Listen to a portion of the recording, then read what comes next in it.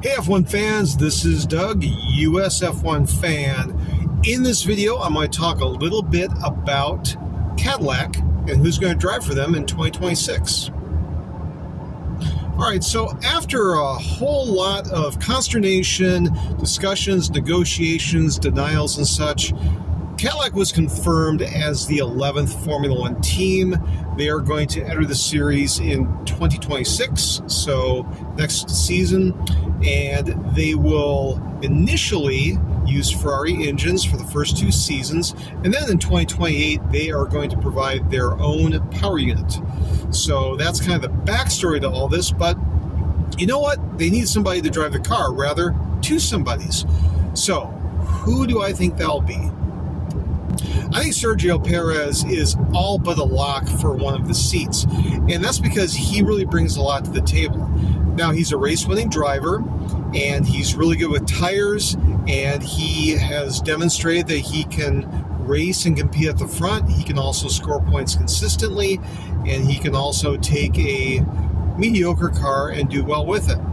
Now, a lot of the problems they have with Red Bull, it seems like were related to the design of the car, because not only did he struggle there, but also all of his replacements did too, most notably Liam Lawson and also Yuki Tsunoda. So his stock has actually risen in the last few months despite his struggles last year.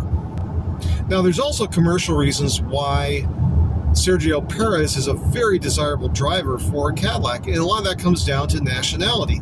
Sergio Perez is Mexican. Mexico is a huge market for GM, not only from a car sales standpoint, but also manufacturing. GM has a lot of plants in Mexico, and Sergio Perez is a very popular driver there.